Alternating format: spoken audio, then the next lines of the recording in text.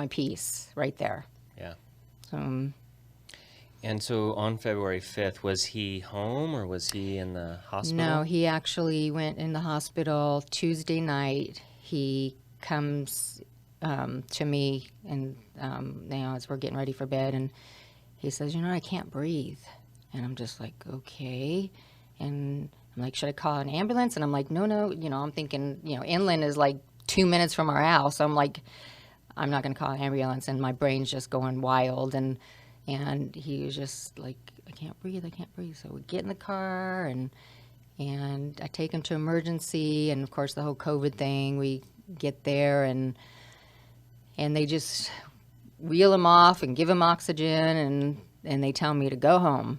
I'm like, okay. So then I get home, and I call the emergency room and see how he's doing, and checking up on him, and then that was Tuesday night, and then Wednesday he calls me from the hospital, and he's like, can you bring me my phone? Because I need to work. I'm like, okay. Working up to the final days, huh? So I bring him his phone, and we're, texting back and forth all day and FaceTiming. And then that night, we're texting, FaceTiming, and so that's Wednesday night.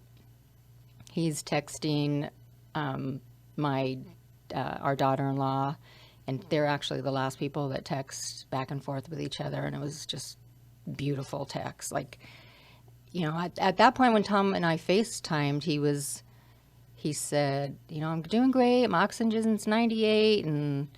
But I read those texts, and I'm like, no, I think he knew something, like he knew.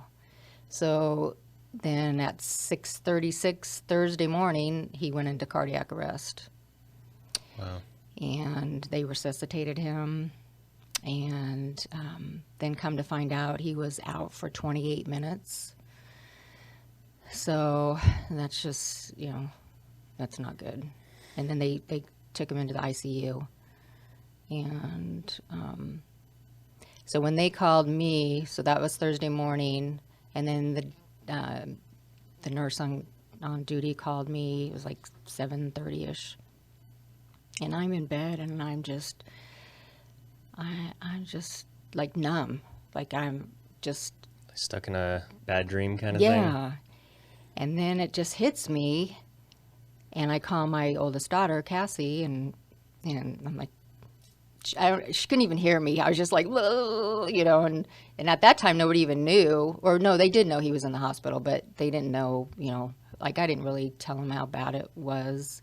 About him not breathing and stuff. I'm just like, yeah, he's, back in the hospital, which, he'd been a few times. So, but she's just like, okay, I'll be right over. So, and then I start walking down the stairs, and I just fall on the stair, and I'm just like, I can't even move.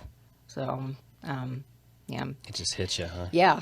And so so my one daughter lives in LA. She came down right away. And then, of course, Thomas, they all came to the house, and then with the whole COVID thing, they weren't going to let me see Tom. And I happened to have a friend that has like big high wig people in the hospital chain, and so they get on the horn, they call. And it was just amazing and I had to make a few phone calls, and we got to go in and see him. And first they told me 5 minutes. They're like, you can only see him for 5 minutes. And I'm like, okay, that's fine, whatever.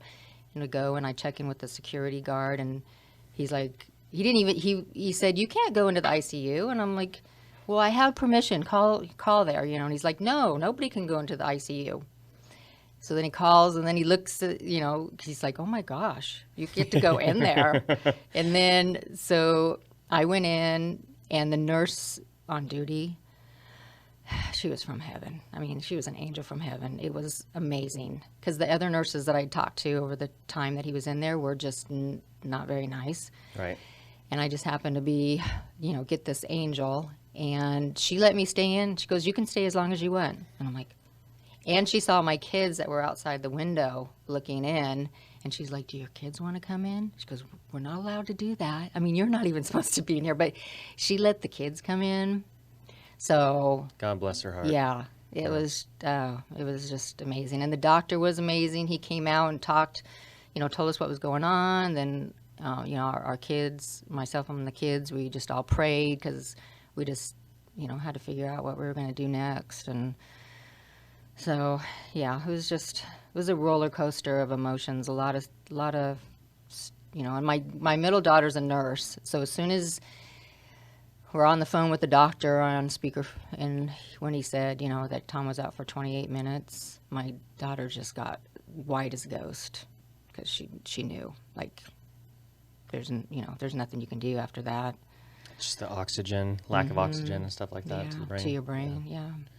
So, yeah, so, thank you, Jesus, that there was, like, these people that I couldn't imagine not being able to go in there and just, I just laid down with him, got to stroke his face, his hair, and I think they say that they can hear you still. So I'm just talking to him, and, yeah, it was amazing.